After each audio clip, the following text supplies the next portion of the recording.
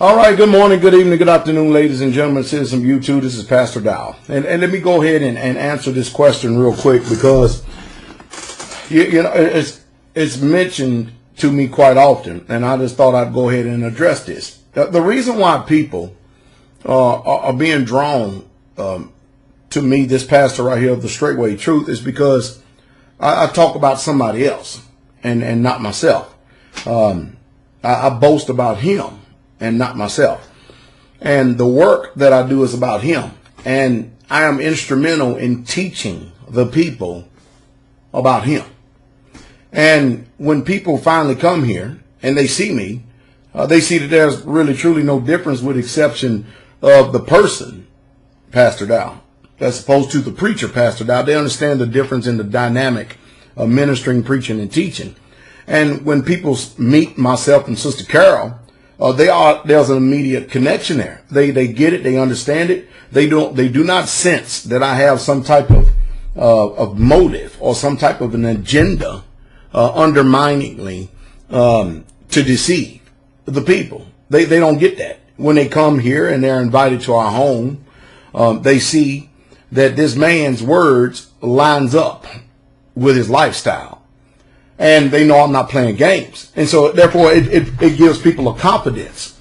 Because my aim is to pull people, especially those who are real, true, bona fide Israelites, out of all religions in the world if I could. I already know it's going to be a few. But I'm not about to lie to people. I understand how lies make people feel. I understand when somebody says one thing and does another, how it makes them feel. I understand what betrayal feels like. I understand what it means to be lied to. I understand what that feels like. I understand what it means to be disappointed as well as disappoint others. And, you know, all these years, I've almost been alive of half a century.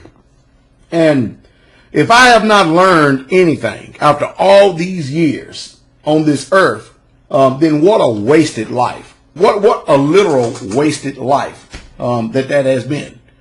But I have not made the mistakes as some people. You know, people choose to rationally disregard truth because it doesn't benefit their own selfish ways. You see, I'm interested in truth. I don't care what that truth is, whatever that truth may be. Now, when it comes to the faith front, that is my whole entire motivation. And I believe with all my heart that while there are many people out here that disagree in what his name may be, it's hard to not see that we're all still talking about the same person. That's just the truth. These languages that they have today, there's nobody that can actually speak the ancient Paleo-Hebrew that Moshe and them, the original children of Israel, spoke during that day. And I don't care what anybody says. The best they can do is this Yiddish, Germanic, broken Hebrew type language. That's all there's to it. When it comes to the financial front, I get on here and I speak about things that I know because I've done the research. I spent the oil just like I have with the Bible. I spend time researching these things. I understand what it means to be religious. I mean, after all, Pastor Dow, I was a Baptist. I was in the Church of Christ church. I was in the Pentecostal church. And then I was in the non-denominational church. So I know what it means to be church. And after the Most High separated me and brought me out here to this land, and he allowed me to be schooled under the tutelage of the Holy Spirit, I got this thing pretty much figured out. From that point, we just continue to keep growing in grace and in knowledge. And so when people meet myself, when they meet Sister Carol, they understand that when they see me, hey, I'm a man. I still have a long way to go in this perfection process.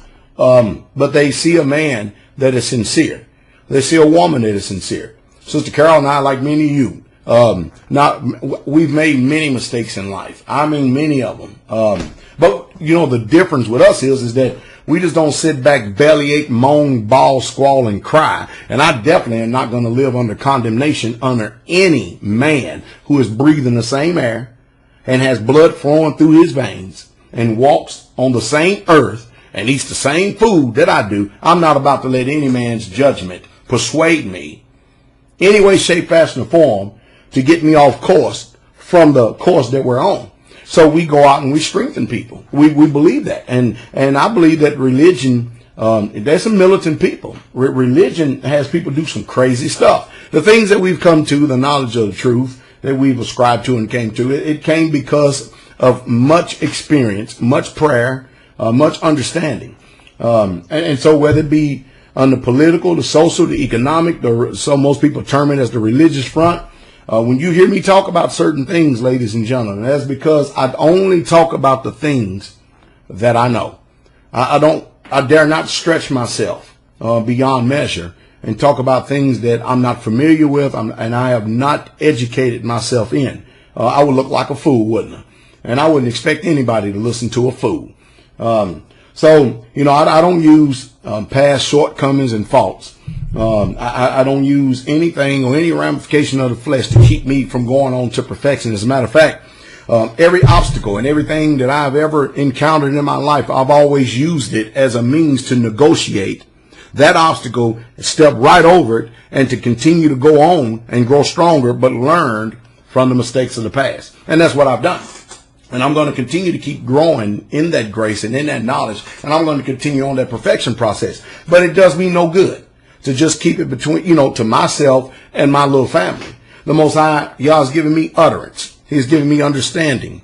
He's giving me the power of the Holy Spirit to be able to communicate and articulate truth to you, the masses of the people who choose to hear and listen to the words that I have to say. And to the rest, and if you don't have the ears to hear, I understand that. That's none of my concern. It's none of my business. That's between you and the King. But however, for the few that do honor me and listen to me, there's one thing about it. Your life will change. And it will come at a cost. People will hate you for no reason. They will actually hate you for being moral. They would actually hate you for being holy. They would actually hate you for being just. And the reason why they hate you is because your righteousness now that you've embraced, you decided to leave back and leave behind a life of hypocrisy. Your righteousness, which you decide to embrace and to live, is now reflecting upon their corruption. And people don't like lights shining up on them, whether you're saying something or not. You can just stand in a room and people can be hating on you just because you made a change and they have not had the intestinal fortitude within their hearts to make the change for themselves. But so don't be discouraged. Continue to press on and continue to go on, and you'll see and continue to see, as many people have saw, that your life will it'll be drastically improved. You will see that peace will come to your mind the more you have understanding, and not only that, you will see your relationship restored with the one who made you, and you'll be thankful and you'll be grateful, and you'll have a peace that passes all understanding. But you have to and you must put effort into it. So that's why I do what I do, because I don't like people experiencing pain.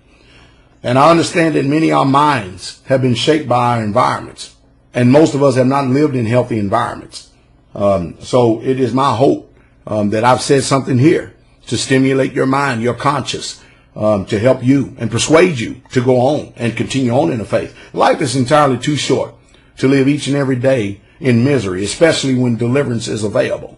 If you choose to live a life of misery, if you choose to live a life of discord, if you choose to live a life where you're always contentious and angry and full of fears and just in love, fussing and fighting and living in sickness, that's your prerogative. You have that right.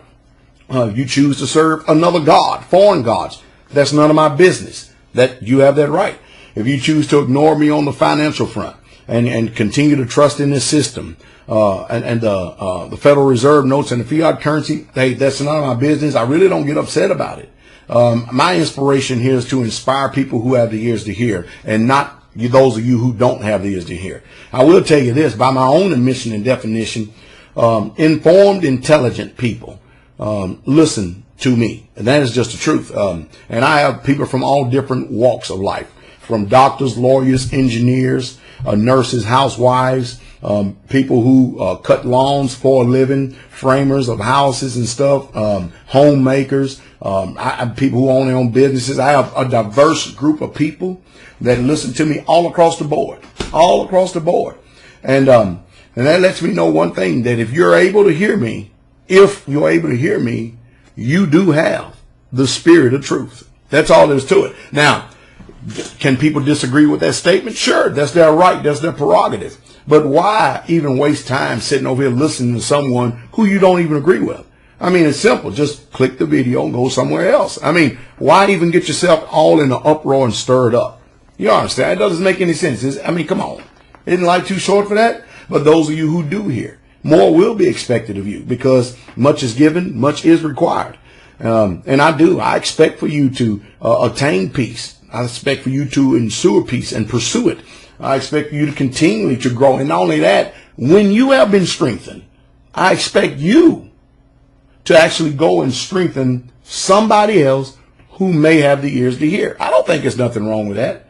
I could be wrong by the admission of a lot of people, but I really, truly don't think there's nothing wrong with that.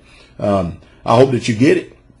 But remember, don't stretch yourself beyond measure. And if you don't know a particular subject or topic that somebody is speaking about, and you only have limited knowledge of it, act intelligent. Don't speak on it until you've done your due diligence and really truly have checked out this situation, checked out what they said, and confirmed to see if what they're saying is so. Don't do like so many people in this world, especially American people, where they have defined truth under their own terms. Don't do that. Be informed, be educated, and be at peace. I had to abruptly end the video here just for a second and stuff, but I had one more thought that I wanted to add to this before I conclude this particular video right here. No matter what we do in life, no matter what we choose to believe or what path we take, the one thing about it that really truly matters when it's all said and done, you had better make sure that you're right. You only have one life, and you can't afford to be wrong in any aspect of this life right here that you choose to walk in. You better hope that you have chosen right and may have made the right decision, because whether we like it or not, in the end, you will find out, and all of us will test that boast. Nobody is going to be exempt from that, and that's the truth, and that's the truth straightway.